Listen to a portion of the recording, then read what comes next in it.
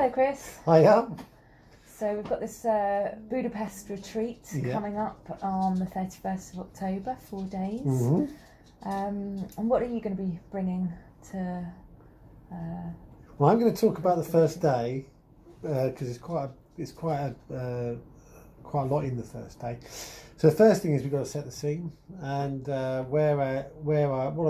kind of analogy I've used is that it's like an empty filing cabinet. There are 7 things we're going to be exploring, and the filing cabinet is empty at the start. All we're going to be doing is create an opportunity to explore these 7 areas, and for people to be able to start putting things in these drawers so that they can go away and work on them later on their own.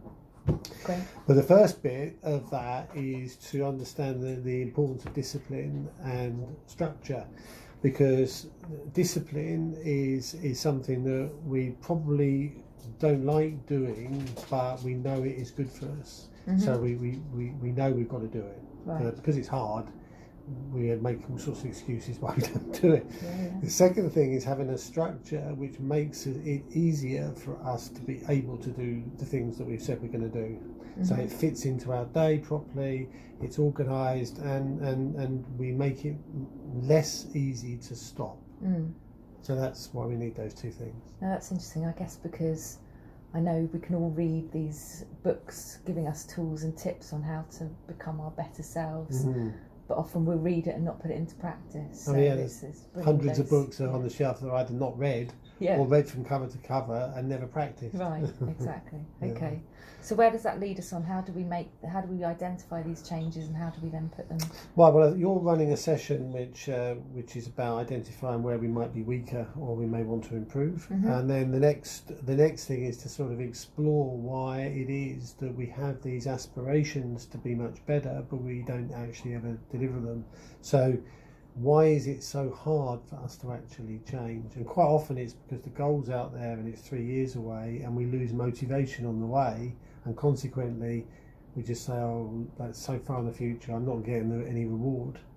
Well, and also it pushes us out of our comfort zone. Absolutely. So it's a bit scary. Yeah. So why is it so tough? That's really, and why is it so... Yeah, we've all said to other people, you should be doing that, you should be doing that, and we can't even do it for ourselves.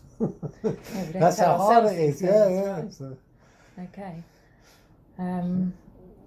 So how does this going to then pan out? What's the next step? Well, the next step really is then to understand our engagement with other people and our relationships, and to work out what is triggering us. Because in order for us to change our change our destination, if you like, we have to start doing things differently. Yeah. And it's no good saying that's what I've always done, that's what I've always done, that's how I am. We need to explore why we are who we are and where those behaviours originally came from. So when we start to see how, and you can reflect on all sorts of things, but if you look at what someone sends you a message, an email, or in a dialogue, and you're saying to yourself, they've got a cheek, they've got a nerve to be saying this or saying that. What we're telling ourselves is a story that may not reflect the actual reality, and we're making up the story that they might, about what they might be doing, and actually that story's ours, not theirs. They haven't said that. They may not have that story, but we're now thinking, right, okay, well, I'm now going to do this and this based on our ending of a story. Filling in the gaps. So we're kind of our own storyteller.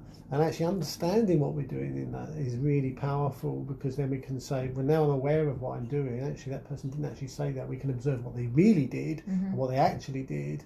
And then we can ask them, what did you mean? Right. Rather than assume. I guess it's stopping ourselves in our tracks before we just react with so that's really a negative response. Absolutely. In most cases. And that's really important. And then sort of towards the end of the day, we'll be looking at a bit more on relationships, and also how we get our energy, because we actually steal energy from other people in many different ways. Sometimes we get energy by bludgeoning other people over their head, and that's like the intimidator. Sometimes we get energy by actually forcing questions on other people, and just 20 questions, and we're just dragging them into our space. Other times we're aloof, so we're getting energy because we're not really saying, we're not answering the questions. Being a bit We're just mysterious. being mysterious. So we're just like vague. vague news. And of course, someone who wants answers is going to keep on asking. So we're getting attention, which is energy. And then the last one is the poor me's, where they go around like saying, "Oh, feel sorry for me, feel sorry for me." So you're keeping on like, "Oh, you're okay, you're all right," and we're getting their energy because we keep on looking miserable and playing out a victim mode. Right. So these are all ways we get energy, and it's different for different people, and we do it differently with different relationships. But understanding what we're doing and why we do that, because all of these things come from something that's made us. And it's very often our parents. If our parents, something in our childhood, isn't it? Yeah, so if our parents are intimidators, we might suddenly be aloof because we get so many questions. We just think, "Oh, don't worry about it. We're a bit vague. We don't give the answer. Oh, you'll find out later," and we just become a bit. This is for me. This is that I've done that. Right. And actually, you don't want to answer the question because while they're interested, we feel important. Right. Yeah, very interesting. Yeah, so all that's on the first day. Okay, I think it's quite exciting to be able to explore this in ourselves. And I guess going back to when we were talking about at the beginning how difficult it is to change, by discovering things about ourselves and why we behave in certain ways, then we can find out what and how needs to change. I mean, when you ponder all of that stuff we've been talking about, it's no wonder it's difficult to change. Because we've never ever looked at it, we just think we can just change.